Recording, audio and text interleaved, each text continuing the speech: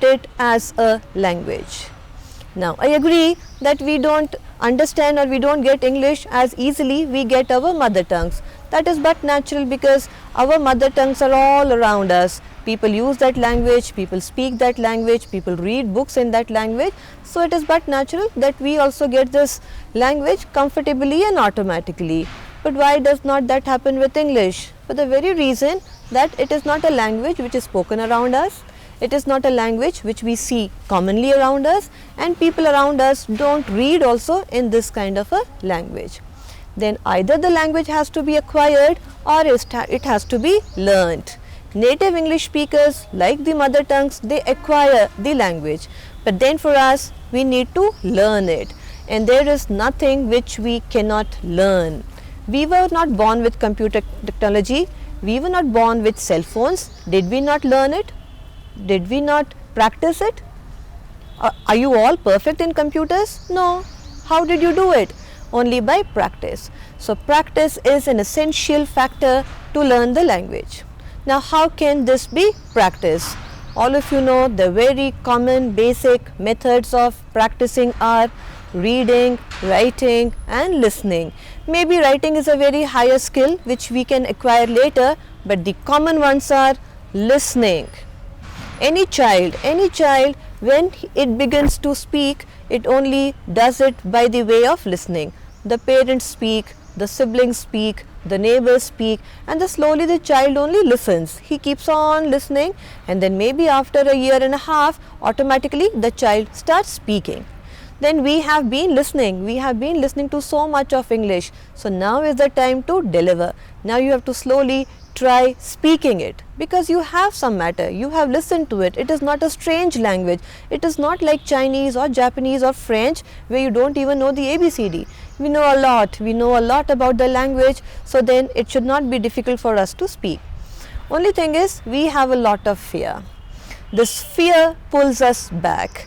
The moment somebody says communication skills in English, it instills a kind of fear. We start hesitation, and we have our own ways to be hesitant and to have this kind of a fear. The first one is, we have a feeling that the people might laugh at us. We may speak something wrong, we may not get the proper words, and then people may make fun of us. So we always have a better option to keep quiet, or maybe comfortable thing is to converse in our mother tongues. But then how long can we do this? Because the service sector now requires communication and in English. So good communication skills, and that too in English, then we have to practice it a lot. So first of all, don't have any kind of fear. Everybody makes a mistake. Life is a foreign language. We are born to make mistakes. So then same goes with English. We are not the native speakers. How can we be perfect? So don't aim for perfection in the beginning. First, try to overcome this fear. There are many ways of doing it. The first one is, as I just said, listen. Listen very carefully and attentively. Now, you are listening because you want to speak in the very same manner the person who is speaking in front of you. So then the very good options are radios and the TV channels. The problem with the TV channels listening is, the most of the concentration is only on what we see, and then this listening takes a back seat. But then we have to give more importance. Prominence has to be given to speaking. Then how can that be done? It can be done by only listening. Maybe you can close your eyes and just try to listen what the person is trying to say, or maybe you can turn your chair, alright, on the other side and just try and focus only on listening. Then you will understand how much are you able to grasp, how much is actually reaching your ear when you don't see the video. Because with the help of video we understand maybe 80% of it, but then when you listen only to the audio, then it may be only 30-40%. So then practice this day in, day out, every day. Keep on listening, and then slowly you will start grasping whatever they are trying to say. So first of all is listen, and whatever you listen, then slowly you have to practice in the same manner. There is nothing that you cannot say that, okay, once I am perfect, then I would start speaking. Nobody gets perfection, alright, unless you are a native speaker. Nobody can be perfect in English. So then you have to try it on a daily basis, every day, one sentence, two sentences, maybe three, and then these sentences will become paragraphs, paragraphs will become maybe essays, and then you can speak on and on and on in English without any fear and any kind of hesitation. So then first of all, it is listening and speaking, listen and speak, alright. Then you can take a very simple example of a driving a four-wheeler. So when you want to drive and you join a driving school, what do? The first class, right? They don't tell you. See, they open the bonnet and then they try to tell you, see, this is the engine, this is the carburetor, here you have the engine oil, alright, and this is the accelerator and the brake, and this is the steering, and you have to do like this, and then the car will move. No, they don't do that. So how is driving taught? The very first day in a driving school, they make you sit right on the steering, take you in the traffic and ask, come on, drive. Alright, then you have a person who is sitting next to you, and then he keeps controlling and he keeps assisting you, but then you are driving directly on the main road with lot of vehicles around you. Then second day, first day you have a lot of fear, alright, maybe you will bang into somebody, maybe you will knock somebody down, but then second day, third day you are comfortable, and then even the assistant, now he slowly gives you the steering and maybe he is not assisting you much, and then you are on your own. Same is the case with English. Try. First day, maybe you will fumble, the mouth may go dry, the words may get stuck, you may not be able to speak even a single word, but then don't worry, things happen. These symptoms are very common, they do happen. So then maybe second day, one sentence you will be able to speak, third day, fourth day, and then you will see how nicely, comfortably and fluently you will be able to speak. So then every day you have to listen and speak. The second one, when we want to speak, we need lot of material, because unless we have some matter, how would and what would we speak on? So then where do you collect all this matter from? Where do you get the ideas? Where do you get the thoughts? Then we get all these ideas and thoughts by reading.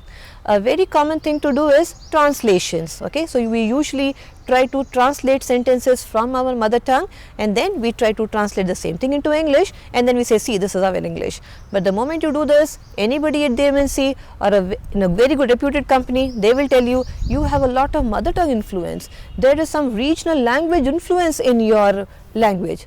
Then you wonder how, why is that coming? Why should such a thing happen? Because you are not reading and because you are translating. So you have smartphones, and then when you read and when you come across any difficult word, then you can quickly search the meaning, because all smartphones you can download some good dictionaries, and dictionaries which give you meaning, the pronunciation and how to use and what part of speech the word is. And if you exactly know the word and how to make use of that word in a sentence, that will be very nice. So when you are reading and you see any word which is new to you and you have not seen or maybe heard or not come across that word, it is always better not to neglect, not to overlook that word, and search for the meaning. In smartphone, in your phones, you can make a note, you can write the word and then you can write the meaning. Like this, you can, any word which you see which is new to you and you find it difficult, you keep writing it. Maybe then in a few days you will have a big list of words which we can use in our conversation, in our speaking. Then if you just write the words and then don't care about it, in a few days again you will forget those words. Then in order to remember all those words, every day you have to read those words. So every day 15 minutes, if you read those words, and then if you do it for 4 weeks, you will remember and you can develop your vocabulary. It is no point or there is no use to learn any word out of the context, because in one situation a word may have a different meaning, while when you use the same word somewhere else, then it would mean differ. So it is always better to learn a word in the context. Now for example, I tell you, now when you are at home, when you are at home, then you must try and collect words which we can use around in our house. Then for example, you have to have some things, then you know, okay, the dressing table, alright, the dining table, the kitchen platform, the kitchenette, the gas stove, the lighter, the burner. So then in the house, then you can build some vocabulary which is related to the house. Now when you want to talk about the cleaning or maintaining a house, then you can say sweeping and mopping and dusting, washing, rinsing, and then we can make or develop words which can help us in cleaning. Similarly, the same thing goes for cooking. So when you are cooking, then you must have some words related to cooking. So we know this boiling and frying and seasoning and saute and winnow. Then you will understand, oh, all these words are related to the kitchen and the type of cooking we do with the help of these. So in this, like this, in a context, what different words are there, we have to try and build up those words, not maybe randomly any word which comes to our mind. So if you learn vocabulary in context or maybe topic wise under a heading, for example, rainy season. What words do we often come across when it is raining? The newspapers will give you a lot of vocabulary, because newspapers use the precise word, they use the exact word which can suit that kind of a situation. So then you can have a heading, rainy season, and then you can have a list of words for rainy season. Alright, you can say drizzling, you can say a downpour, and you can say potholes, and you can say stagnant water, and then all these things. Then you say, okay, winter season. What winter season, what can we say? We can say fog, we can say snowy, alright, we can say cold, we can say chilly weather. So, and then all these things. So always remember to collect a lot of vocabulary from various sources, and which can deal with a particular subject, which can deal with a particular situation. So situational wise, if you learn vocabulary, then you will have plenty of words, and then you will remember them also, because all of them belong to a specific situation. And when you have a lot of vocabulary, whenever you want to speak, then you will not be searching for words. Otherwise, commonly what happens is we start speaking, and then after a few sentences, then we start saying that word, something is there. Of course the word is there, but then how should it come to you? So every day you have to make a list of words, and then keep on reading, keep on practicing, then all these words will be stored in your mind.